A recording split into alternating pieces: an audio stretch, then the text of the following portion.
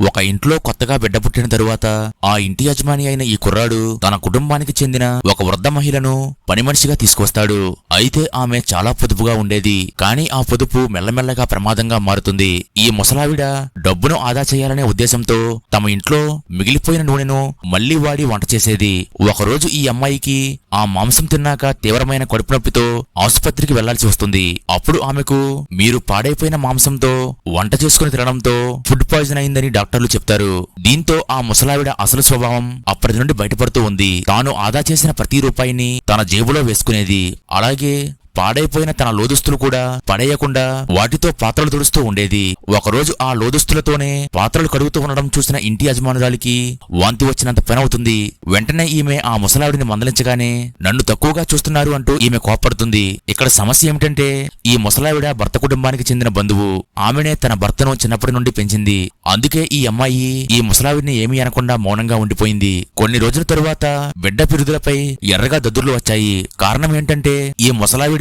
వాడేసిన డైపర్లను మళ్లీ కడుగుతూ మళ్లీ వాటినే వాడుతుంది. ఇలా వాడేసిన డైపర్లను మళ్లీ వాడడం మంచిది కాదని చెప్పినా సరే ఆ ముసలావిడ వినలేదు. బిడ్డ అవసరాల కోసం ఇచ్చిన డబ్బును కూడా ఈ ముసలావిడే వాడేసుకుందని అనుమానం వస్తుంది. అప్పుడు ముసలావిడ నేలపై కూర్చుని ఏడుస్తూ నన్నే అనుమానిస్తున్నారా అంటూ ఈ అమ్మాయిని తిడుతూ ఆమె భర్త వచ్చాక కూడా అతన్ని ఏడుస్తూ నమ్మించేస్తుంది. అప్పుడు పరిస్థితిని చల్లార్చేందుకు ఈ అమ్మాయి మరికొంత డబ్బు ఇస్తుంది. కానీ సమస్య అక్కడితో ఆగలేదు. ఈ ముసలావిడ బిడ్డను చేతితో పట్టుకుని మొబైల్ చూస్తూ సినిమాలు చూస్తూ ఉండేది. ఒకసారి దాదాపుగా ఫోన్ బిడ్డ ముఖంపై పడేంత ప్రమాదం జరిగింది. ఆ తరువాత ఈ ముసలావిడ ఏం చేస్తుందో తెలియాలంటే వీడియో లైక్ చేసి నెక్స్ట్ పార్ట్ అని కామెంట్ చేయండి.